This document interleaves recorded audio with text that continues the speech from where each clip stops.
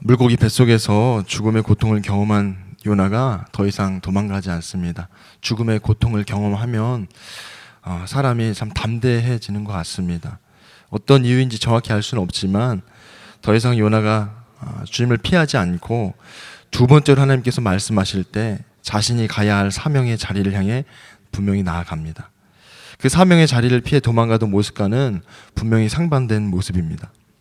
하지만 아직도 요나의 모습 속에 내려놓지 못한 자신의 고집이 여전히 나타나고 있습니다.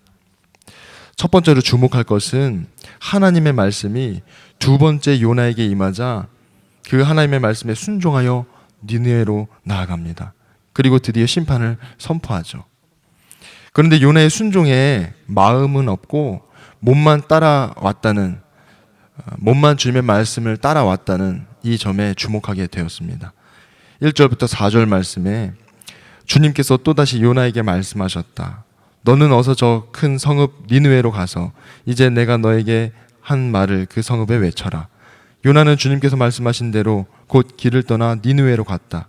니느웨는 둘러보는 데만 사흘 길이나 되는 아주 큰 성읍이다. 요나는 그 성읍으로 가서 하루 길을 걸으며 큰 소리로 외쳤다. 40일만 지나면 니느웨가 무너진다. 하나님께서 말씀하시자마자 이 온전히 순종하는 사람의 태도를 살펴보면 그 사람의 태도에서 하나님의 마음을 느낄 수 있습니다. 하나님의 마음이 그의 태도를 통해 나타나는 것이죠. 그래서 하나님께서 말씀하시자마자 온전히 순종하는 사람은 하나님의 마음을 품은 그런 사명자가 됩니다. 예수님을 믿는 사람들에게 이 사명이라는 단어가 참 부담스럽고 때로는 두려운 말입니다. 그런데 이 사명을 동사로 표현해 보면 두 단어로 표현이 되는 것 같습니다. 가다 또는 하다 이렇게 표현이 되는 것 같습니다. 그럼 무엇에 대해서 가고 또 무엇에 대해서 하느냐? 주님의 말씀에 순종하여서 가서 행하는 것이죠. 가족이 하나님의 말씀에 불순종하고 하나님의 말씀보다 세상의 가치를 더 소중하게 여기는 모습을 본다면 가장으로서의 사명은 그 가족을 하나님의 말씀에 순종하도록 양육하고 권면하고 기도하고 또 안내하고 이끌어 주는 것입니다. 만약 자신이 교사이거나 또 속장이거나 어떤 직분을 맡은 리더라면 자신에게 맡겨진 사람들을 하나님의 말씀대로 섬기고 온전히 세워나가는 것입니다. 이런 관점에서 요나를 바라보면 요나는 하나님께서 말씀하실 때 온전한 순종을 보여주지 못한 사람입니다.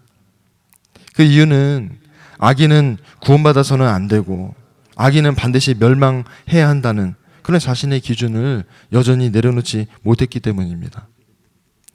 자신의 기준을 내려놓아야 하나님의 마음을 품을 수 있습니다.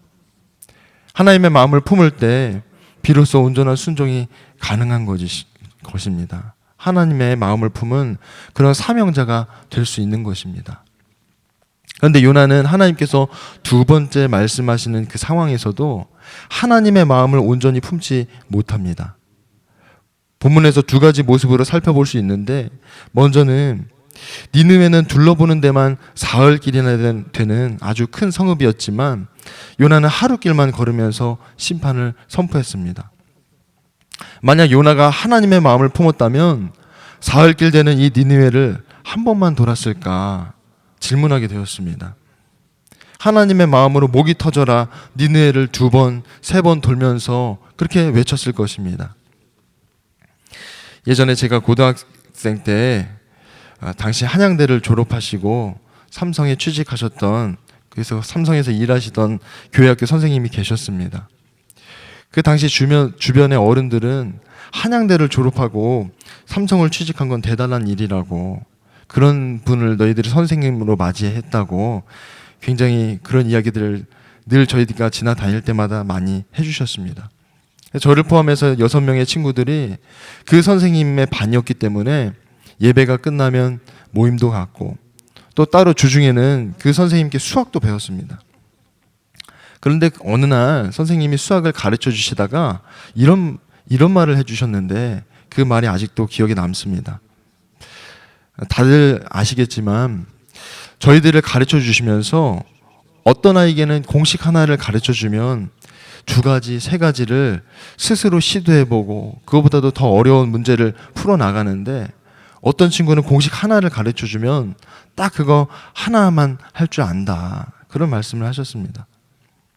물론 말은 안 하셨겠지만 하나 가르쳐줘도 하나도 하지 못하는 분명 그런 친구도 있었을 것입니다. 하나를 가르쳐줬는데 두 가지, 세 가지를 스스로 할 수 있는 친구는 수학이 아니어도 무엇을 하더라도 하나를 가르쳐주면 두 가지, 세 가지를 스스로 다 잘하는 것 같습니다. 하나님의 마음을 품고 이 삶에 맡겨진 사명을 감당하는 사람들은 하나님께서 하나를 말씀하시면 그 말씀에 담긴 하나님의 마음을 헤아려서 간절한 마음으로 그 사명을 아주 소중하게 여기면서 감당합니다. 두 가지, 세 가지를 일부러 더 하려고 하는 것이 아니라 그 하나님의 간절한 마음을 품고 하다 보니까 그런 결과가 나타나는 것이겠죠. 물론 하나님의 마음을 헤아리지 못한다 하더라도 하나님께서 말씀하신 만큼 하는 것도 사명을 감당하는 것이고 그것도 온전한 순종입니다. 그런데 요나는 여전히 하나님의 마음을 품지 못했습니다. 하나님께서 은혜로우시고 자비로우시고 또 노하기를 더디하시는 그 용서의 하나님이심을 알고 있음에도 불구하고 그 마음을 헤아리지 못했다는 것이죠. 아마 사흘길 되는 니느웨를 하루 동안 다니면서 회개하지 않기를 바라는 그런 간절한 마음으로 심판을 선포했을 것입니다. 그 이유가 또 한 가지가 이 요나의 선포에서 살펴볼 수 있습니다. 요나가 무엇이라고 외쳤는지를 살펴보면 이 요나의 마음이 하나님의 마음을 품지 못했다는 사실을 우리가 충분히 알 수 있습니다. 4절 말씀에 요나는 그 성읍으로 가서 하룻길을 걸으며 큰 소리로 외쳤다. 40일만 지나면 니느웨가 무너진다. 40일만 지나면 니느웨가 무너진다는 이 심판의 메시지에는 회개하고 돌이키라는 말이 없습니다.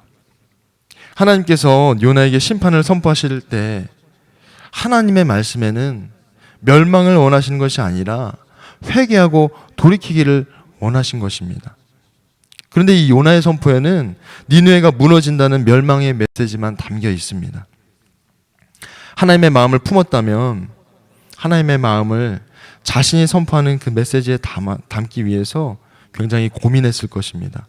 또 다양한 이야기들을 그들에게 열심히 전했을 것입니다. 분명 요나는 하루 동안 40일만 지나면 니느웨가 무너진다, 이 멸망의 메시지만 앵무새처럼 반복했을 것입니다. 예수 믿는 사람들은 주님의 말씀에 순종하는 행위가 아주 중요합니다. 그러나 그 행위에 하나님의 마음이 담겨 있느냐, 담겨 있지 않느냐는 분명히 차이가 있습니다. 하나님께서 사울을 왕의 자리에서 물리치시고 다윗을 왕으로 세우신 다음에 이렇게 말씀하십니다. 내가 이새의 아들 다윗을 찾아냈으니 그는 내 마음에 드는 사람이다. 그가 내 뜻을 다 행할 것이다. 다윗을 하나님의 마음에 드는 사람이라고 말씀하십니다.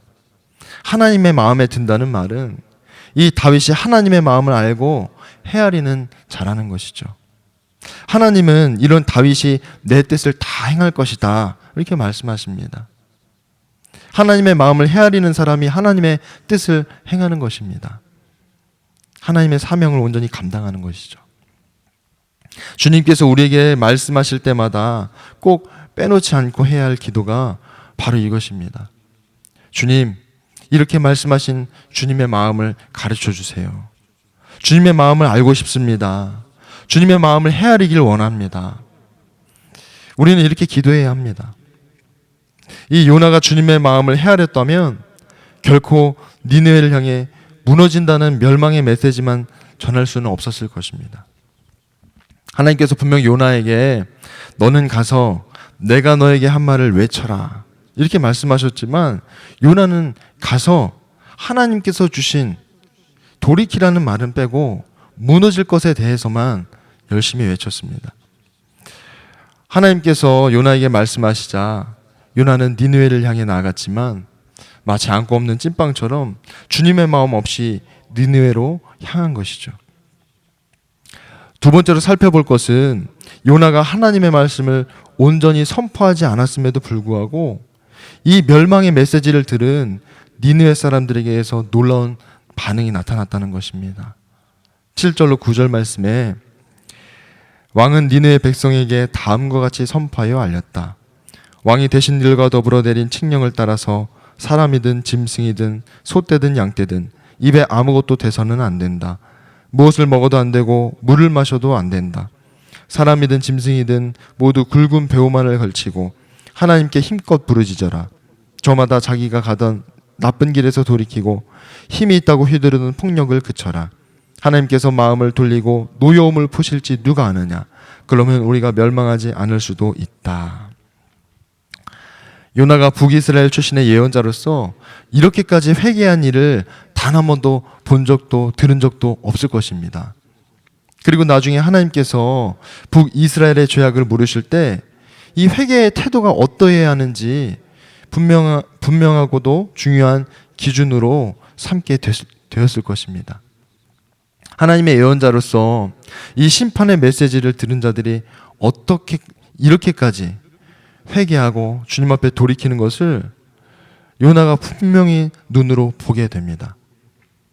그런데 니느웨 사람들이 회개하는 태도에서 네 가지 과정을 살펴보게 됩니다. 첫 번째 단계가 심판에 대해 내 탓이라는 태도를 보여줬다는 것입니다. 이 요나의 선포를 들은 사람들이 가장 높은 사람부터 가장 낮은 사람에 이르기까지 베옷을 입었습니다. 이 심판이 일어난 이유가 내 탓이라고 인정하는 사람들이 보여주는 태도입니다. 이런 점은 우리 믿는 자들에게도 동일하게 적용이 된다 싶습니다.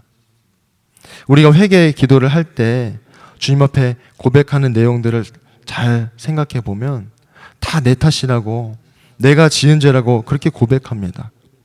주님 앞에 회개하는 그 순간만큼은 내 탓이라고 하지 못할 죄가 아무것도 없습니다. 가정에서나 교회에서나 우리가 살아가는 삶의 자리에서 서로 옳고 그름을 따지고 탓하고 그렇게 살아가기보다는 내 탓이라는 마음을 가지고 살아가는 것이 주님께로 돌이키는 첫 걸음임을 이들을 통해서 알 수 있습니다. 더 놀라운 사실은 지금 하나님을 알지 못하는 사람들이 내 탓이라고 말하고 있다는 것입니다. 주변에 아는 사람 중에 저 사람은 절대 자기 탓이라고 말하지 않을 사람인데 그런 사람이 자기 탓이라고 말하고 있는 것입니다. 이런 일이 일어난다면 하나님의 마음을 품은 자가 하나님께서 주신 말씀을 전할 때 그때 이런 일이 일어날 수 있음을 우리에게 가르쳐 줍니다. 두 번째 단계로는 내가 누리고 있는 것을 내려놓는 그런 모습을 우리에게 보여주고 있습니다. 요나가 전한 이 심판의 메시지를 들은 왕이 왕의 의자에서 일어나 걸치고 있던 임금의 옷을 벗었다고 그렇게 이야기합니다. 그리고 굵은 베옷을 입고 잿더미에 앉죠. 자신이 왕으로 누리는 것들을 다 내려놓고 겸손히 주님 앞에 나아가는 것입니다. 사람은 자신이 가진 것을 놓지 않으려고 하죠.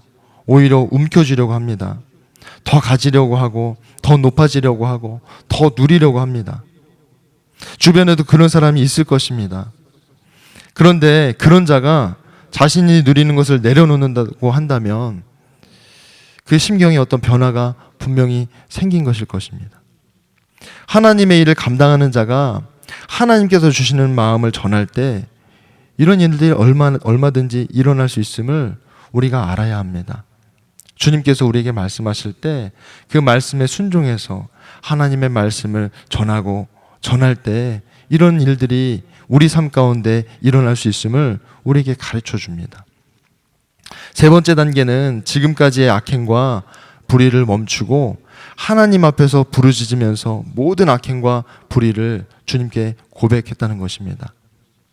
왕이 저마다 자기가 가던 나쁜 길에서 돌이키고 힘이 있다고 휘두르던 폭력을 그치라고 그렇게 말하죠. 이들이 하나님께 회개하고 돌이키고 있기 때문에 하나님께서 자신들의 악행과 또 휘두르던 폭력을 공개적으로 그렇게 자백하고 있습니다. 오늘날 우리 삶에도 이들의 입에서 내가 참 악했지, 내 탓이지, 내가 악했고 내가 악행을 저질렀다. 이런 고백을 우리가 듣게 될 수 있다고 믿습니다. 하나님께서 우리에게 말씀하실 때 우리 믿는 자들이 순종하여 그 말씀을 전하고 그 말씀을 듣는 자들이 그 말씀을 통해서 심경에 이런 변화가 일어날 수 있는 것입니다. 네 번째 단계가 하나님의 약속을 믿는 것입니다. 이 왕은 하나님께서 마음을 돌리고 노여움을 푸실지 누가 아느냐. 그러면 우리가 멸망하지 않을 수도 있다. 이렇게 말하고 있습니다. 하나님의 자비로우심을 신뢰하며 내 죄악을 용서해 주시는 그 하나님의 은혜 가운데 나를 맡기는 것입니다. 그동안 불신자를 위해서 오랫동안 기도하신 분이 계실 것입니다. 기도하면서 하나님께서 주시는 마음도 나누고 그때그때 주님께서 주시는 마음에 순종했다면 지금은 아무런 일이 나타나지 않지만 삶을 돌이켜서 하나님을 찾게 되는 놀라운 그런 나를 보게 되실 것입니다. 하나님께서 요나에게 주신 이 심판의 메시지가 하나님 앞에 회개하는 열매로 나타남을 우리가 보게 됩니다. 하나님의 마음을 품는다면 반드시 심판받을 자들이 하나님께로 돌아오는 그 구원의 장면을 우리가 목격하게 될 것입니다. 우리에게도 동일합니다. 우리가 주님의 마음을 품는 그런 사명자가 된다면 나를 통해 믿지 않는 자들에게 주님께서 전하게 하시는 그 말씀 한 구절, 그 한 구절이 자신이 주인인 삶을 회개하고 돌이켜서 하나님께로 돌아오게 되는 그런 놀라운 일들이 우리의 삶 가운데 분명히 일어나게 될 것입니다. 오늘 두 가지 말씀을 함께 나눴습니다. 첫 번째로는 이 하나님의 마음을 품어야 하나님의 사명을 감당할 수 있다는 것입니다. 하나님의 마음을 품지 않는 이 요나는 하나님께서 주신 말씀도 제대로 전하지 않았습니다. 주님의 마음을 품을 때 온전한 순종이 있습니다. 그리고 그 순종을 통해 주님은 일하십니다. 두 번째로는 하나님의 마음을 품은 자에게 하나님께서 보여주시는 것이 있다는 것입니다. 그것이 바로 생명을 사랑하셔서 회개하고 돌이킬 기회를 주시는 것이죠. 구원을 베푸시는 놀라운 일을 주님께서 보여주십니다. 우리가 이 일의 도구가 되어서 쓰여지게 되기를 바랍니다. 이 시간 함께 두 가지 기도 제목을 한 가지씩 나눠서 기도하도록 하겠습니다. 첫 번째로 기도하실 것은 주님의 마음을 품고 살아가게 하여 주옵소서라고 이렇게 기도하기를 원합니다. 주님의 마음을 품지 않고도 사명을 감당할 수 있지만 우리가 주님의 마음을 품고 사명을 감당할 때 주님께서 진정으로 원하시는 것이 무엇인지를 우리가 알고 그 주님의 마음으로 우리가 세상 가운데서 주님의 일을 감당할 수 있습니다.